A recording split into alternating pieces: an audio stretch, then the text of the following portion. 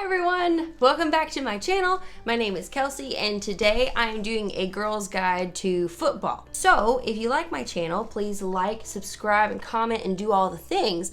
But without further ado, let's get started. Okay, so this video is specifically for women who just absolutely cannot get into football. I'm here to help because I love football. My family revolves around football, kind of, sort of. The first thing that helped me love football was knowing the rules, because I don't know about you, but with basketball, I have no idea what the rules are. I don't know why they're running up and down the court. I have no idea what the flags are. Like, how do you even, like, what? It helped me to kind of know the rules. So I was going to briefly go through some of the rules from a girl's perspective. Men, okay, listen, okay, this video is not for you. So if my rules are a little bit askew, which they probably will be, they will still get the point across, okay? So, first things first, when they get a touchdown, it's 6 points. Once they get a touchdown, they have an opportunity to get an extra point. That extra point is only 1 point.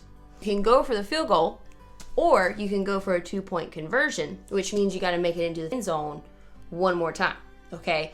But if your team is kind of crappy in the red zone, which is right near the end zone, you might just want to kick the field goal and say screw it, because like 2-point conversions are sort of difficult. You got offense and a defense, okay? So offense has the ball, and the defense is the one, the people, the men, the gentlemen, who are trying to keep the offense from getting into the red zone or into the end zone with the ball, okay?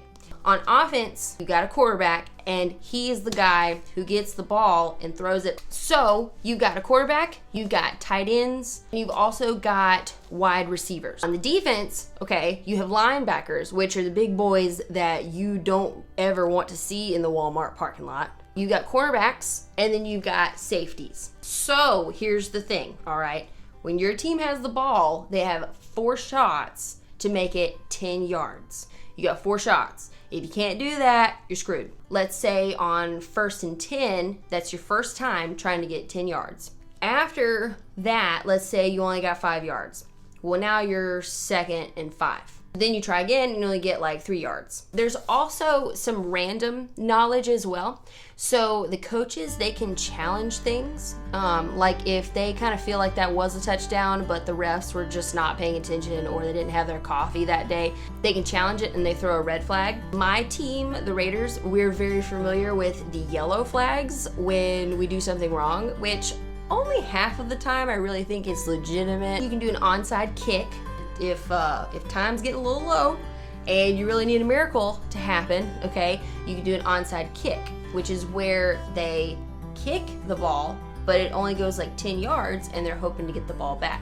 Sometimes it works, majority of the time it does not work. So that is the lowdown on some of the rules. I think what would help you in this instance, if you're really just not into football, is pick a favorite team. It doesn't have to be a great team. They don't have to win all the time. You don't even have to have any ties to the team at all. My team, the Raiders, I'm not even from California, or Nevada, excuse me. I'm not even from there, and I just love them. So like if your husband is like a Bucks fan or a Patriots fan, I don't really know why he would be, but if he is, you know, then support him, and you can be a Patriots fan too, you know. I wouldn't recommend it, but if your husband is a Patriots fan, I mean, what can you do? Like, you're contracted at that point, you know. And my favorite team is the Raiders, and I love them not because of just my dad, but because I really just like the history of the franchise. So they have a history of putting like syrup on their hands to catch the ball better. They have a record of being super duper tough and like wrapping their hands up so they can like pop people. Coach Gruden is the coach, and he's got a wild personality. One time I think he yelled at the ref so bad that they gave him a 15-yard penalty. Derek Carr is our quarterback, and he's a super good leader. He's a Christian dude, he's a family guy, he's just a really cool guy. We have Darren Waller. He was a drug addict, and he is now recovered since, and he's a really, really good player. Like, he's a really good tight end. So that's really inspirational, you know, to have him on the team. We got this kid from Clemson, and he's really good. Hunter Renfrow, super good. The whole team is it's really cool to root for them. They're just really cool people. Lastly, there's a whole lot of really good guys that play football. Drew Brees is also a wonderful quarterback, and I hope this is not his last season. But I don't want to talk about that. This is not sad things. This is not a sad video. He's also a family guy. He's also a really good leader. Shakeem Griffin, he was the NFL's first one-handed football player. And that was really cool to see him get drafted with his brother to the Seahawks. DeAndre Hopkins, he was on the Texans team, but now I think he's a Cardinal, I believe. But his mom was attacked and acid was thrown in her face, and so she is almost or completely blind. And every time he gets a touchdown, he goes and gives the ball to her.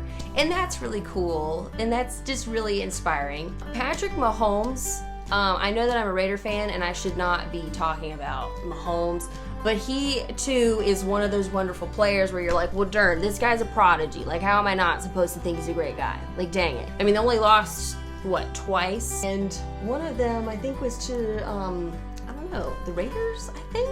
Woohoo! Marshawn Lynch. Let me tell you about Marshawn Lynch. Okay, so this guy, there's a lot of things that came out of his mouth that were extremely funny. And they would call him Beast Mode because he literally was like the Derrick Henry of the Raiders. I mean, just bulldozes through people. Like, how do you even do that? Also, he would eat Skittles on the sideline. And so I guess he left the Raiders because we didn't give him enough Skittles. How else are football players supposed to get their nutrients?